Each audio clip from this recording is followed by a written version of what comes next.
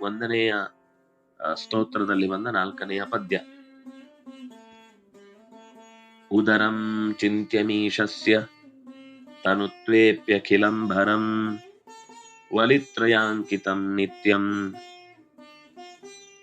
ಉಪಗೂಢಂ ಶ್ರೇಯೈಕಯಾ. ಉದರಂ ಚಿಂತ್ಯಂ, ಹಿಂದೆ ನಿತಂಬಂ ಚಿಂತ್ಯಂ ಅಂತ ಮಾತಾಡಿತ್ತು. ಅಲ್ಲಿಗಿಂತ ಮೇಲೆ ಉದರಂ. ಉದರಂ ಇತಿ ಶಾರ್ಕರಾಕ್ಷ್ಯಾಹ ಅಂತ ಉಪನಿಷತ್ತು ಉದರ ಶಬ್ದ ಪರಮಾತ್ಮನ ಒಂದು ವಿಶಿಷ್ಟವಾದ ನಾಮ ಮತ್ತು ವಿಶಿಷ್ಟವಾದ ಸ್ಥಾನ ಮತ್ತು ಭಗವಂತನನ್ನ ಹಾಡಿ ಅವನ ಸೇವೆ ಮಾಡುವಂತಹ ಪ್ರಾಣನ ಜಾಗ. ದೋಷ ಇಲ್ಲದವನು ಅಂತ ಹಾಡಬೇಕಾದ ವ್ಯಕ್ತಿ, ದೋಷ ಇಲ್ಲ ಎಂದು ಹೇಳಿಕೊಳ್ಳಬೇಕಾದವನು ಅಂತ ದೇವರ ಹೆಸರದು. ಉದರ ಅಂದ್ರೆ ಎಲ್ಲದಕ್ಕಿಂತ ಮೀರಿ ನಿಂತ ದೋಷವಿಲ್ಲದವನು ಅಂತ ಹೇಳಿಸಿಕೊಳ್ಳುವವನು. ಅದರಿಂದಾಗ ಅವರು ಉದರಂ ಅಂತ ಚಿಂತನೆ ಮಾಡ್ತಿದ್ರು. ನಾವು ಕೂಡ ದೇವರನ್ನ ಉದರಂ ಅಂತ ಚಿಂತನೆ ಮಾಡಿದ್ರೆ ನಮ್ಮಲ್ಲಿರುವ ದೋಷಗಳು ದೋಷಗಳೆಲ್ಲ ಅಪನೋದನಗೊಂಡು ನಾಶಗೊಂಡು ಈ ಹೆಸರಿನಿಂದ ಅವನನ್ನು ಉಪಾಸನೆ ಮಾಡಿದ್ದಕ್ಕಾಗಿ ಪ್ರಾಣದೇವರು ಕೂಡ ಈ ರೀತಿಯಾಗಿ ಉಚ್ಚ ಸ್ಥಿತಿಯಲ್ಲಿ ಅವನನ್ನ ಗಾನ ಮಾಡ್ತಾ ಎಲ್ಲರಿಗೂ ಅದನ್ನು ತಿಳಿ ಹೇಳ್ತಾ ಇದ್ದಾರೆ ಅಂತ ಶಾರ್ಕರಾಕ್ಷರು. ಶಾರ್ಕರಾಕ್ಷ ಅಂದ್ರೆ ಅತ್ಯಂತ ಸೂಕ್ಷ್ಮ ದೃಷ್ಟಿ ಉಳ್ಳವರು ಅಂತ ಅರ್ಥ. ಶರ್ಕರ ಅಂದ್ರೆ ಸೂಕ್ಷ್ಮವಾದ ಕಣ, ಶರ್ಕರ ಅಕ್ಷ ಅಂದ್ರೆ ಕಣ್ಣು. ಸೂಕ್ಷ್ಮವಾದ ದೃಷ್ಟಿ ಉಳ್ಳವರು ಅಂತ ಅರ್ಥ ಶಾರ್ಕರಾಕ್ಷರು. ಅವರು ಭಗವಂತನ ಉದರದಲ್ಲಿ ನಿಂತು ಪ್ರಾಣದೇವ ಮಾಡಿದ ಉಪಾಸನೆಯನ್ನೇ, ಪ್ರಾಣದೇವರು ಭಗವಂತನನ್ನು ಉದರ ಅಂತ ಚಿಂತಿಸಿದ್ದನ್ನೇ ತಾವು ಕೂಡ ಚಿಂತಿಸಿ ಗುರುದೇವತೆಗಳ ವಿಶೇಷ ಅನುಗ್ರಹಕ್ಕೆ ಪಾತ್ರರಾದವರು ಅನ್ನೋದನ್ನ ಉಪನಿಷತ್ತು ಹೇಳುತ್ತೆ. ಅದನ್ನು ಇಲ್ಲಿ ನೆನಪಿಸುವ ಹಾಗೆ ಕೇವಲ ಉದರಂ ಅನ್ನುವ ಶಬ್ದ ಬಳಸಿದ್ರು. ಬೇರೆ ಶಬ್ದ ಹಾಕ್ಬೋದಿತ್ತು ಹೊಟ್ಟೆ ಅನ್ನೋದಕ್ಕೆ. ಆದ್ರೆ ಉದರಂ ಅನ್ನೋ ಶಬ್ದ ಹಾಕುವ ಮೂಲಕ ಇದರ ಔಪನಿಷದಿಕತ್ವ, ಹೇಗೆ ಉಪನಿಷತ್ತಿನ ಸಂಗತಿಗಳನ್ನ ಸ್ತೋತ್ರವೂ ಕೂಡ ಮಾಡ್ತಾ ಸ್ತೋತ್ರದಲ್ಲಿಯೇ ಅದನ್ನ ಸೇರಿಸಿಕೊಳ್ತಾ ಭಗವಂತನ ಎಚ್ಚರವನ್ನ ನಾವು ಎಷ್ಟು ಚೆನ್ನಾಗಿ ಸಂಪಾದಿಸಬಹುದು ಅನ್ನೋದನ್ನ ಈ ಮಾತು ಹೇಳ್ತಾ ಇದೆ. ಚಿಂತ್ಯಂ ಜೈ ಚಿಂತಾಯಾಮ್, ಆ ದೋಷವಿಲ್ಲದ ಜಗತ್ತಿನ ಎಲ್ಲವನ್ನೂ ತನ್ನ ಉದರದಲ್ಲಿ ಇಟ್ಟುಕೊಂಡ ತಸ್ಯೋದರಸ್ಥ ಜಗತಃ, ಇಡೀ ಜಗತ್ತಿನ ಎಲ್ಲ ಜೀವರಾಶಿಗಳು ಯಾರ ಹೊಟ್ಟೆಯಲ್ಲಿ ಅನಾಯಾಸವಾಗಿ ವಿಶ್ರಾಂತಿಯನ್ನು ಪಡೆಯುವುದಕ್ಕಾಗಿ ನೆಲೆಸಿದೆಯೋ, ಸ್ವಾಪಂ ಪ್ರಾಪಯತಿ ಶ್ರಮಾಪಹೃದಯೇ ಕಲ್ಪಾವಸಾನೇ ಚ ಯಃ, ಕಲ್ಪದ ಕೊನೆಯಲ್ಲಿ ಎಲ್ಲರ ಆಯಾಸದ ಪರಿಹಾರಕ್ಕಾಗಿ ಹೊಟ್ಟೆಯಲ್ಲಿ ಇರಿಸಿಕೊಂಡು ಅವರನ್ನ ತೊಟ್ಟಿಲಲ್ಲಿಟ್ಟು ಮಗುವನ್ನ ತೂಗುವಂತೆ ವಿಶ್ರಾಂತಿಗಾಗಿ ಮತ್ತೆ ಮರು ಸೃಷ್ಟಿಗಾಗಿ ಅದನ್ನ ಎಚ್ಚರಗೊಳಿಸುವುದಕ್ಕಾಗಿ ಸಿದ್ಧಗೊಳಿಸುವಂತಹ ಸ್ಥಿತಿಯೇ ಪ್ರಳಯ. ಅದೇ ಅವನ ಹೊಟ್ಟೆಯ ತೊಟ್ಟಿಲಿನತನ. ಆ ತೊಟ್ಟಿಲಲ್ಲಿ ಇರಿಸಿ ಮಗುವನ್ನ ಮತ್ತೆ ಮರಳಿ ವಾಪಸ್ ತರ್ತಾನೆ. ನಾವು ಹೊಟ್ಟೆಗೆ ಹಾಕೊಳ್ಳುವುದು ಅಂತಂದ್ರೆ ಸಮಾಧಾನ ಮಾಡುವುದು ಅಂತ ಏನು ಹೇಳ್ತೇವೆ, ಅದನ್ನ ಅರಗಿಸಿಕೊಳ್ಳುವುದನ್ನು ಹೇಳ್ತೇವೆ. ಹಾಗೆ ಇಡೀ ಜಗತ್ತಿನ ಕೊಳೆಯನ್ನ ಅರಗಿಸಿ ಮತ್ತೆ ಜೀವವನ್ನ ಪರಿಶುದ್ಧಗೊಳಿಸಿ ಮರಳಿಯ ಹಿಂದಿನಂತೆಯೇ ಮರುಜೀವಗೊಳಿಸಿ ಜಗತ್ತನ್ನ ಮರು ಸೃಷ್ಟಿಗೊಳಿಸಿ ಅದರ ಅಸ್ತಿತ್ವಕ್ಕೆ ಬಲವನ್ನ ತಂದು ಕೊಡ್ತಾನೆ. ಅದರಿಂದಾಗಿ ಅವನನ್ನ ಉದರ ಅಂತ ಚಿಂತಿಸುವುದರ ಅಭಿಪ್ರಾಯ ಎಲ್ಲ ಹೊಟ್ಟೆಗೆ ಹಾಕೊಳ್ಳಿ ಅಂತ.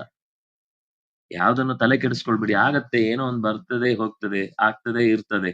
ದೇವರು ಹೇಗೆ ಎಲ್ಲವನ್ನು ಹೊಟ್ಟೆಗೆ ಹಾಕೊಂಡು ನಮ್ಮ ಎಲ್ಲಾ ಅನರ್ಥಗಳನ್ನು ಕೂಡ ಶಿಕ್ಷಿಸ್ಬೇಕಾದನ್ನ ಶಿಕ್ಷಿಸ್ತಾನೆ. ಆದ್ರೆ ನಮ್ಮ ಲೆಕ್ಕಾಚಾರದ ಪ್ರಕಾರ ಶಿಕ್ಷೆಯನ್ನು ಕೊಡುವುದಾಗಿದ್ರೆ ನಾವು ಕ್ಷಣ ಕ್ಷಣಕ್ಕೂ ಬರೀ ದುಃಖವನ್ನೇ ಅನುಭವಿಸ್ಬೇಕಿತ್ತು. ಅದಿಲ್ದೆ ಅವನು ಹೊಟ್ಟೆಗೆ ಹಾಕೊಳ್ತಾನೆ. ಉದರಂ ಚಿಂತ್ಯಂ, ಅವನೆಲ್ಲವನ್ನು ಸಹಿಸಿಕೊಳ್ತಾನೆ. ಈಶಸ್ಯ ಉದರಂ ತನುತ್ವೇಪಿ, ಈಶಸ್ಯ ಉದರಂ, ಎಲ್ಲವನ್ನು ನಡೆಸಬಲ್ಲ ಸಮರ್ಥನಾದ ಭಗವಂತನ ಹೊಟ್ಟೆ ಅತ್ಯಂತ ಚಿಕ್ಕದಾಗಿದ್ರು ತನುತ್ವೇಪಿ, ತನುತ್ವ ಅಂದ್ರೆ ತೆಳ್ಳಗಿರುವುದು, ಗೋಡೆಗೆ ಅಂಟಿಕೊಂಡಿರುವ ಹಾಗೆ ಹೊಟ್ಟೆ ಇದೆ, ಬೆನ್ನಿನ ಕೊನೆಯನ್ನ ಮುಟ್ಟಿದೆ. ಆದ್ರೆ ಅಖಿಲಂ ಭರಂ, ಅಖಿಲವನ್ನು ಹೊತ್ತು ನಿಂತಿದೆ. ತನುತ್ವೇಪಿ ಅಖಿಲಂ ಭರಂ, ಎಲ್ಲವನ್ನೂ ತನ್ನ ಹೊಟ್ಟೆಯಲ್ಲಿ ಹೊತ್ತುಕೊಂಡಿದೆ. ಈ ಸಾಮಾನ್ಯ ಎಲ್ಲವನ್ನು ಹೊತ್ತುಕೊಂಡಿದೆ ಅಂದ್ರೆ ಹೊಟ್ಟೆ ದೊಡ್ಡದಾಗ್ಬೇಕಿತ್ತು. ಅಖಿಲ ಭರಣ ಅಂತ ಅನ್ನೋದು ಅಷ್ಟು ಸುಲಭದ ಕೆಲಸವಲ್ಲ. ಅಖಿಲ ಭರಣವಾದಂತಹ ಹೊಟ್ಟೆ ಅತ್ಯಂತ ತನುವಾಗಿದೆ, ತೆಳ್ಳಗಿದೆ, ಈ ತೋಳದ ಹೊಟ್ಟೆಯ ತರ. ಅದರಿಂದಾಗಿ ತನುತ್ವೇಪಿ ಅಖಿಲಂ ಭರಂ, ಎಲ್ಲವನ್ನೂ ತನ್ನುದರದಲ್ಲಿ ಭರಿಸಿದೆ, ಭರಣ ಮಾಡ್ತಾ ಇದೆ, ತುಂಬಿಕೊಂಡಿದೆ. ಭೃಂಜ್ ಭರಣೆ ಅಂತ ಧಾತು. ಭರ್ತ ಅನ್ನುವ ಶಬ್ದ ಬರುವುದು ಇದೇ ಶಬ್ದದಿಂದ. ಅದರಿಂದಾಗಿ ಅಖಿಲಂ ಭರಂ, ಎಲ್ಲವನ್ನೂ ತನ್ನಲ್ಲಿ ತುಂಬಿಕೊಂಡಿದೆ. ಜೊತೆಗೆ ಆ ಹೊಟ್ಟೆಯಲ್ಲಿ ಒಂದು ವಿಶೇಷವಾದ ಗುಣ ಇದೆ. ವಲಿತ್ರಯಾಂಕಿತಂ ನಿತ್ಯಂ. ವಲಿತ್ರಯ, ನಾಭಿಗಿಂತ ಕೆಳಭಾಗದಲ್ಲಿ ಆ ಗೆರೆ ಇರುತ್ತೆ ಹೊಟ್ಟೆಯಲ್ಲಿ. ನಾವಿವತ್ತು 6 ಪ್ಯಾಕು ಏನೇನೋ ಕಷ್ಟಪಟ್ಟು ತಯಾರು ಮಾಡಿಕೊಳ್ಳುವಂಥದ್ದು ಇದೆಯಲ್ಲ, ಅದು 3 ಗೆರೆ ಹೊಟ್ಟೆಯ ಭಾಗದಲ್ಲಿ. ಹೊಟ್ಟೆಯನ್ನು ನೋಡುವಾಗ 3 ಪಾಲಾದ ಹಾಗೆ ಕಾಣುತ್ತೆ ಮೇಲ್ನೋಟಕ್ಕೆ. ವಲಿತ್ರಯ, ಅದರಿಂದ ಅಂಕಿತ, ಅದು ಚಿಹ್ನೆಯಾಗಿ ಕಾಣುದು. ಅದಕ್ಕೋಸ್ಕರ 3 ಭಾಗ ಅಲ್ಲ ಹೊಟ್ಟೆ. ಮೇಲ್ನೋಟಕ್ಕೆ ಹೊಟ್ಟೆಯಲ್ಲಿ ನೋಡುವಾಗ 3 ಭಾಗ, 3 ಗೆರೆ. ಆ 3 ಗೆರೆ ಅನ್ನೋದು ಮಧ್ಯದ ಗೆರೆಯನ್ನ ಸರಿಯಾಗಿ ವಿಭಾಗ ಮಾಡಿಕೊಂಡ್ರೆ ಅದು 6 ಪಾಲಾಗಿ ಕಾಣುತ್ತೆ ಮೇಲ್ನೋಟಕ್ಕೆ. ವಲಿತ್ರಯಾಂಕಿತಂ ನಿತ್ಯಂ ಉಪಗೂಢಂ ಶ್ರೇಯಿಕಯ. ಉಪಗೂಢ ಅಂತಂದ್ರೆ ಅಂಟಿಕೊಂಡಿರುವುದು.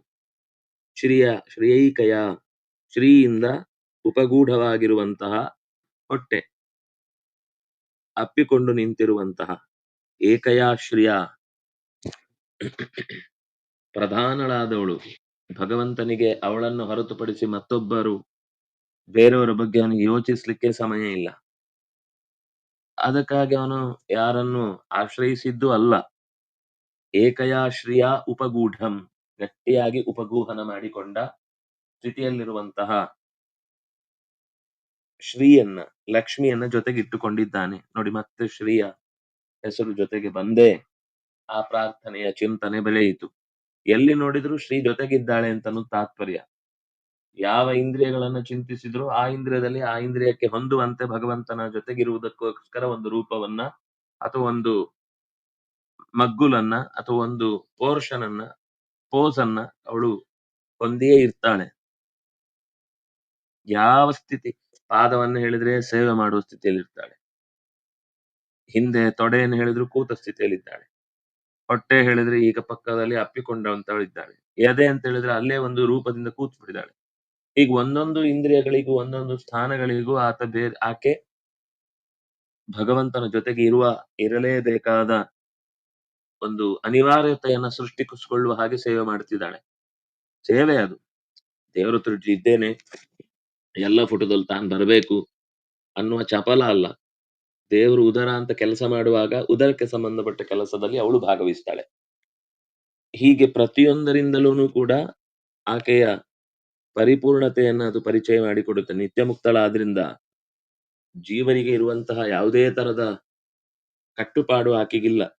ಎಲ್ಲ ರೀತಿಯಿಂದಲೂ ಆಕೆ ಪರಿಪೂರ್ಣವಾದ ಸ್ಥಿತಿಯನ್ನ ಜಗತ್ತಿಗೆ ಕೊಡಬಲ್ಲಳು. ಯಾಕೆ ಅಂದ್ರೆ ಅವಳು ಕೂಡ ಪರಿಪೂರ್ಣವಾದ ಸ್ಥಿತಿ ಉಳ್ಳವಳು. ಆದರೆ ಅವಳು ಪರಮಾತ್ಮನ ಕಣ್ಣಂಕೆಯನ್ನ ಹೊರತುಪಡಿಸಿ ಬೇರೆ ಖಾತೆಯಿಂದ ಹಣ ವರ್ಗಾವಣೆ ಮಾಡಿ ನನ್ನ ಕಾರ್ಯಭಾರವು ನಡೀಲಿ ಅಂತ ಕಾಣುವವಳಲ್ಲ. ಇಬ್ಬರು ಸೇರಿ ಒಂದು ಖಾತೆ, ಆ ಖಾತೆಯಲ್ಲೇ ಜಗತ್ತಿಗೆ ಬೇಕಾದ ಎಲ್ಲ ವಾರ್ತೆ. ಅದರಿಂದಾಗಿಯೇ ಅವಳು ಎಲ್ಲ ರೂಪಗಳ ಜೊತೆಯಾಗಿ ಇದ್ದು ಎಲ್ಲ ರೂಪಗಳಲ್ಲಿಯೂ ಎಲ್ಲ ಕಾರ್ಯಗಳಲ್ಲಿಯೂ ಎಲ್ಲ ಅಂಗಗಳಲ್ಲಿಯೂ ಒಂದೊಂದು ರೂಪದಿಂದ ಕಾಣಿಸಿಕೊಂಡು ಬದುಕನ್ನ ಸಂಭ್ರಮ ಪಡುವಂತೆ ಮಾಡ್ತಾಳೆ. ಸಂಭ್ರಮ ಇದೆಲ್ಲವೂ ಅವಳಿಗೆ. ನೋಡಿ, ಯಾವಾಗ್ಲೂ ನಮ್ಗೆ ಎಷ್ಟೊತ್ತು ಅಂತ ಕಾಲೊತ್ಲಿಕ್ಕೆ ಸಾಧ್ಯ, ಎಷ್ಟೊತ್ತು ಅಂತ ಅವರ ಬಗ್ಗೆ ಮಾತಾಡ್ಲಿಕ್ಕೆ ಸಾಧ್ಯ, ಎಷ್ಟೊತ್ತು ಅಂತ ಒಬ್ರನ್ನ ಅಪ್ಕೊಂಡಿರ್ಲಿಕ್ಕೆ ಸಾಧ್ಯ, ಎಷ್ಟೊತ್ತು ಅಂತ ಒಬ್ರಲ್ಲಿ ಕಣ್ಣಿಟ್ಟು ನೋಡ್ಲಿಕ್ಕೆ ಸಾಧ್ಯ. ನಮ್ಗೆ ಅಯ್ಯೋ ಇನ್ನು ಉಳಿದ ಕೆಲಸ ಯಾರು ಮಾಡ್ತಾರೆ ಅಂತ ನಮ್ಮಲ್ಲಿ ಗಲಾಟೆ, ಅಂದ್ರೆ ಒಂದು ಟೆನ್ಷನ್ ಹುಟ್ಟಿ ಸುಮ್ನಿರಿ ಸಾಕು, ಇದೆಲ್ಲ ಕೇವಲ ಫೋಟೋದಲ್ಲಿ ಕಣ್ಣಿಟ್ಟು ನೋಡ್ಲಿಕ್ಕೆ ಒಂದು ಕ್ಷಣಕ್ಕೆ ಸರಿ ಹೋಗುತ್ತೆ ಹೊರತು ಗುಣವನ್ನು ಲೆಕ್ಕ ಮಾಡುವುದು ಅಂತಂದ್ರೆ ಎಲ್ಲ ಅಸಂಗತವಾದ ಸಂಗತಿ ಅಂತ ನಾವು ದೂರಕ್ಕಿಡ್ತೇವೆ. ಆದ್ರೆ ಲಕ್ಷ್ಮಿ ಹಾಗಲ್ಲ, ನಿರಂತರ ಈ ಎಲ್ಲ ಕಾರ್ಯದಲ್ಲಿಯೂ ಕೂಡ ಭಗವಂತನ ಜೊತೆಗೆ ಇರ್ತಾಳೆ. ಭಗವಂತನು ಅವಳಿಗೆ ಈ ಕಾರ್ಯದಲ್ಲಿ ತೊಡಗಿದ್ದಕ್ಕೋಸ್ಕರ ಸುಮ್ನೆ ನನ್ ಸೇವೆ ಅಂತ ಹೇಳಿ ಅಷ್ಟಕ್ಕೆ ಬಿಡ್ಲಿಲ್ಲ. ಪ್ರತಿಯೊಂದ್ರಲ್ಲೂ ಅವಳಿದ್ದಾಳೆ ನನ್ನ ಜೊತೆಗೆ. ನೀವು ಮಹಾಭಾರತದ ಆ ಹರಿವಂಶದ ಭಾಗದಲ್ಲಿ ನಾರದರು ಎಲ್ಲ ನೀನೆ ಅಂತ ಇಷ್ಟು ಹೊಗಳೇ ಆದ್ಮೇಲೆ ಧನ್ಯೋಸಿ ಆಶ್ಚರ್ಯೋಸಿ ಅಂತೆಲ್ಲ ಹೇಳಿದ್ಮೇಲೆ ಅವನು ಹೇಳ್ತಾನೆ ದಕ್ಷಿಣಾಭಿಸಾಕಂ. ಅವನಿಗೆ ಅಗತ್ಯ ಏನಿರ್ಲಿಲ್ಲ, ತಕ್ಷಣವೇ ಹೇಳ್ತಾನೆ ದಕ್ಷಿಣೆಯ ಜೊತೆಗೆ ಅಂತ. ಅಲ್ಲಿ ದಕ್ಷಿಣ ಅಂದ್ರೆ ಲಕ್ಷ್ಮಿ, ಲಕ್ಷ್ಮಿ ಅಂದ್ರೆ ದುಡ್ಡು ಅಂತ ಮಾತ್ರ ಅರ್ಥ ಅಲ್ಲ, ಮುಖ್ಯ ಅರ್ಥ ಲಕ್ಷ್ಮಿ. ತನ್ನೊಡತಿಯಾದ ಲಕ್ಷ್ಮಿಯ ಜೊತೆಗೆ ನೀವು ಉಪಾಸನೆ ಮಾಡಿದ್ರೆ ಮಾತ್ರ ನಾನು ಆಶ್ಚರ್ಯ ಧನ್ಯ ಅನ್ನೋದು ನಿಮಗೆ ಹೆಚ್ಚು ಅರ್ಥ ಆಗುತ್ತೆ. ಯಾಕೆಂದ್ರೆ ಅವಳ ನಿಯಂತ್ರಣದಲ್ಲಿರುವ ಸತ್ವರಜ ತಮಸ್ಸು ಗುಣಗಳ ಪ್ರಭಾವ ನಿಮಗೆ ಗೊತ್ತಾದ ಮೇಲೆ ಮಾತ್ರ ನನ್ನನ್ನ ನೀವು ಹೊಂದುವುದಕ್ಕೆ ಬೇಕಾದ ಪರದೆಯನ್ನ ಪಕ್ಕಕ್ಕೆ ಸರಿಸಿ ನೆಲೆ ನಿಲ್ಲುವುದಕ್ಕೆ ಸಾಧ್ಯವಾಗುತ್ತೆ. ಅಂದಾಗಿ ಪರದೆ ಎಳೆಯುವಳೊಬ್ಳಿದ್ದಾಳೆ. ಆ ನೈವೇದ್ಯ ಆಗುವಾಗ ಒಂದು ಪರದೆ ಹಾಕ್ತಾರೆ, ಅದು ಲಕ್ಷ್ಮೀ ಸ್ವರೂಪ ಅಂತ ಅರ್ಥ. ಅವಳೇ ಪರದೆ ತೆರೆದು ತೋರಿಸ್ಬೇಕು ದೇವರನ್ನು. ಹಾಗೆ ತೆರೆದು ತೋರುವಂತಹ ತಾಯಿ ಎಲ್ಲ ಕಾಲದಲ್ಲೂ ಎಲ್ಲ ರೂಪದ ಜೊತೆಗೂ ಎಲ್ಲ ರೀತಿಯಿಂದಲೂ ಇದ್ದಾಳೆ ಅಂತ ಅನ್ನೋದು ಜೊತೆಗೆ ನೆನಪಿದ್ರೆ ಬಿಡುಗಡೆಯ ದಾರಿಗೆ ಸಂಬಂಧಪಟ್ಟ ಯಾವುದೇ ದುರಿತಗಳಿದ್ರೂ ಕೂಡ ಅದು ಬಹಳ ಬೇಗ ಪರಿಹಾರಗೊಳ್ಳುತ್ತೆ ಅನ್ನೋದಕ್ಕೋಸ್ಕರ ಆ ಶಬ್ದವನ್ನ ಒಟ್ಟಿಗೆ ಚಿಂತಿಸುವಂತದ್ದನ್ನ ಮಾಡಿದ್ದಾರೆ. ಹಾಗಾಗಿ ಉದರಂ ಚಿಂತ್ಯಂ, ಉದರವನ್ನ ಚಿಂತಿಸಬೇಕು. ಯಾರದ್ದು? ಈಶಸ್ಯ. ಅದು ಎಷ್ಟು ತೆಳ್ಳಗಿದ್ರು ಕೂಡ ಜಗತ್ತಿನ ಎಲ್ಲವನ್ನು ತನ್ನ ಹೊಟ್ಟೆ ಒಳಗೆ ಹೊತ್ತುಕೊಂಡಿದೆ. ಅಖಿಲಂ ಭರಂ, ಸ್ವಲ್ಪವೂ ಬಿಡದಂತೆ. ಅಖಿಲ ಅಂದ್ರೆ ಸ್ವಲ್ಪ, ಅಖಿಲ ಅಂದ್ರೆ ಸ್ವಲ್ಪವೂ ಬಿಡದೆ ಎಲ್ಲವನ್ನು ತನ್ನೊಳಗೆ ತುಂಬಿಕೊಂಡು ಶ್ರಮವನ್ನ ಕಳೆಯುವ ಜಗತ್ತಿನ ತೊಟ್ಟಿಲಾಗಿ ಆಶ್ರಯ ದಾತೃವಾಗಿ ಭಗವಂತನನ್ನ ಶ್ರೇಯಿಕಯ ಪ್ರಧಾನಳೆನಿಸಿದ ಅವನಿಂದಲೇ ಎಲ್ಲವನ್ನೂ ನಡೆಸುವುದಕ್ಕೆ ತಾನು ಸಹಕಾರ ನೀಡುವ